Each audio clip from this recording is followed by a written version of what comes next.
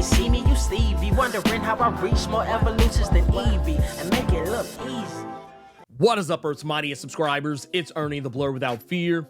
Welcome back to the channel. All right, so today's video, we're going to be talking about Uncanny X-Men number 9. In this issue, the main thing that I kind of want to focus on are these new Sentinels. There's a lot of other stuff that's going on in it too, but I love how the Sentinel series is creeping its way into the mainline X-Men books. Like, this is not necessarily the first time that this has happened either. We actually saw that the Sentinel series actually had a lot more going on with it that I think more people were willing to give it credit for. You know, the introduction of the Wolf Pack, the Bloodhound Sentinels that, you know, we've learned a little bit more about. I mean, technically some stuff we already knew, but I feel like if you weren't reading the Sentinel series, then a lot of the stuff that pops up in this issue is going to be news. But for those that do not know, we were already teased the Wolf Pack in the first issue of Gail Simone's Uncanny X-Men. However, we didn't know what they were. I mean, we knew they were, you know, robot dogs, but I mean, we didn't really know much more than that. Well, by the time you get to Sentinels number 2, we get a proper introduction to them where we see that Dr. Karina Ellis is the one who is commissioned these things. These are actual dogs. They actually specifically state German Shepherds mostly, but these are all dogs that like have been found on the street, and they have used Sentinel technology to turn these dogs into what are effectively dog Sentinels. And apparently these Sentinels are even more aggro than the giant walking, talking tin cans that we're used to. Sentinels, by and large, the technology that they are made with that was pioneered by Bolivar Trask and is now actually being overseen by his mutant son, Larry Trask. The funny thing about Sentinels is that their programming can always be a little dodgy. For the most part, they always go after mutants.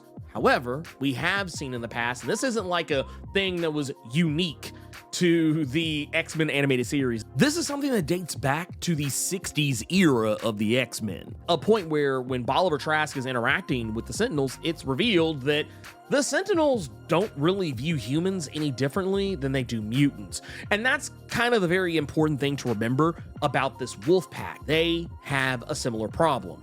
They just like to kill. They enjoy killing. They've tasted the flesh and blood of man. It's even said towards the end of this issue that the Wolf Pack likes the taste of blood, and they don't care whether it has an X gene or not. We actually see this at the very beginning of this issue where Larry Trask is trying to show off the Wolf Pack to a foreign dignitary. And in doing so, thinking that these Sentinels are not going to harm the human who he has used as an example in this demonstration, the Wolf Pack end up killing that man. And it becomes very clear these things are dangerous. They cannot be controlled. They cannot be reasoned with. It doesn't matter how much you think you have retooled their programming. At the end of the day, these Sentinels want to do the thing nature has programmed them to do. They want to hunt.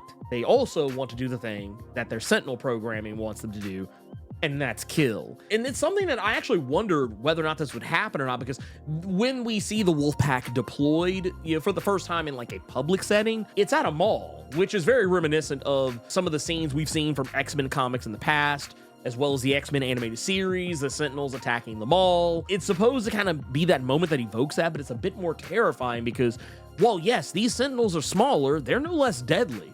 And they're up against the Outliers, the very same mutants who were introduced at the beginning of Gail Simone's run. These characters who are young mutants who they don't know their place in the world yet. They don't really know where they fit in, where they belong, and they're trying to find a home, albeit while they've kind of found footing with the Uncanny X-Men, it's also no secret that the Uncanny X-Men don't trust them because one of them is fated to be the endling, the last mutant standing when all shit hits the fan, and that shit hitting the fan is because of that one mutant. We don't know who the one mutant is, though I've kind of largely had my finger squarely pointed at Calico, largely because she's the shadiest one of the bunch. Everybody else, I don't know. They almost Not to say the others are too obvious looking because, oh, they look shady, but it would be more obvious if it was them. Like if it was a character like Ransom or Death Dream, I would almost feel like, okay, these characters are too obvious, because Ransom is, I won't necessarily say an unreasonable person, but he is the first one to jump in to throw a punch, something that Wolverine points out in this issue. Not just throw a punch, but I mean the first person to pipe up and say something when things don't seem right.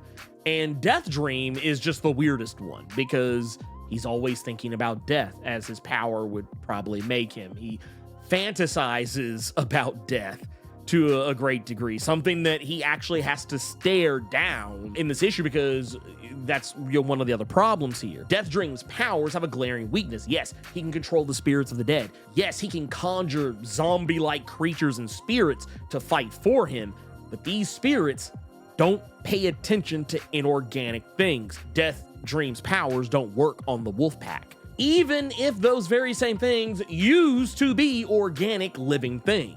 So his spirits ignore the wolf pack, leading him to damn near catch it, and then later actually catch it, because Death Dream gets clapped by the end of this issue. But I don't think Death Dream is dead. I don't know. I feel like just because of his power set, he's very likely still alive. Like, this death is for shock value, and also for that extra added shock value when we come back to the next issue, and he is probably still alive. I'm not speaking with any inside knowledge here. I'm just telling you what I think is going to happen. With that being said, you could also look at Jitter. Jitter is another character who I think some people probably look at her, see the, the stuttering, the constant stuttering and speech impediment, and you probably think, oh yeah, not her. She could probably just as easily be the endling as well. And maybe Calico is the one that is way too obvious, because technically, I mean, she is sneaking around a lot. In this issue, her sneaking around is a bit more innocent. But yeah, I feel like it's difficult to say who the endling will probably be, but if there's any one character who is going out of their way to not look obvious, it's probably Jitter. She's not really done anything that would make you think that she is anyone who could lead to the destruction of mutant kind. Maybe it could be her. She's also the one with the power that is the most unassuming, so I don't know. I've kind of jumped around. It's honestly, my finger has been pointed at Calico a lot, but I've also had my other finger pointed at Jitter as well. So it's one of those, honestly, when it happens, I think it's just going to be a thing. We're just going to have to wait and see how it plays out. And it's probably not going to go the way that we think it is or hope that it is going to go. That's just the nature of how this works. I do like the character development that's in this book, everything that's going on with Rogue, kind of finding her footing more in her leadership role, which, to be fair, I don't think should even have been difficult for her, just because, she's already led the Uncanny Avengers. She's already been a leader in many other aspects, and she's proven herself time and again. But I think this, being the time of her leading the X-Men in these uncertain times, that is probably the thing that is maybe the most unusual for her. But I mean, she's handling it well. She has the backing of everyone on the team. Everyone is behind her.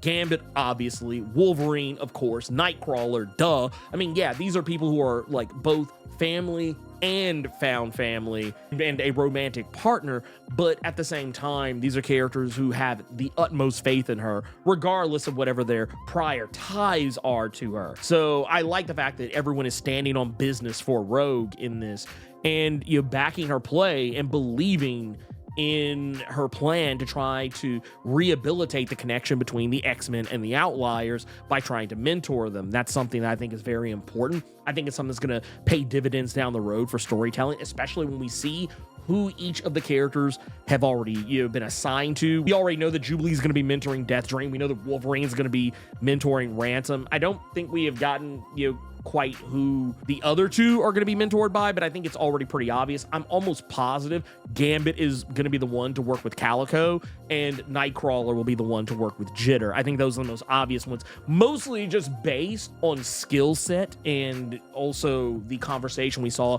Gambit already has a rapport with Calico. He was the one that taught her to accept that she was a mutant, so I think that's the most obvious one. And I think Nightcrawler would just be a solid choice for Jitter, just based on what she's capable of. I feel like, especially when it comes to pushing limits, Nightcrawler has a long history of being able to push his limits, going from only being able to teleport, I won't say short distances, because it makes it seem like he wasn't out here. He was.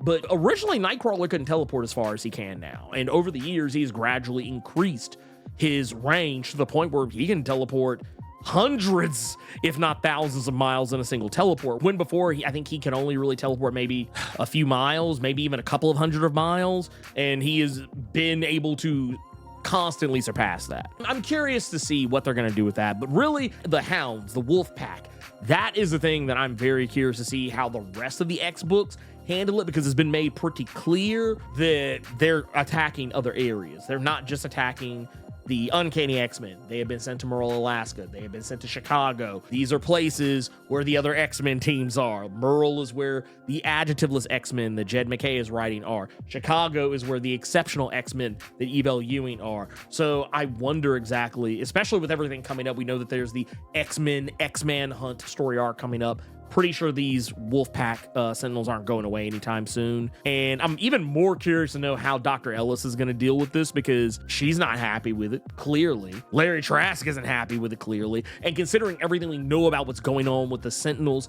in that Sentinel program, how they're all grafting, and the the reveal that came up. And I didn't do a direct video for this. We actually talked about this in the Blur Cave. I may actually cut that part out and make it a separate video, but yeah, there's the whole thing that happened with I think it was in Sentinels number 4, where it was revealed that the Sentinels in question, the reason why they're grafting is because they are based on old Sentinel tech from the old Sentinel comic that I don't know too many people who enjoyed it.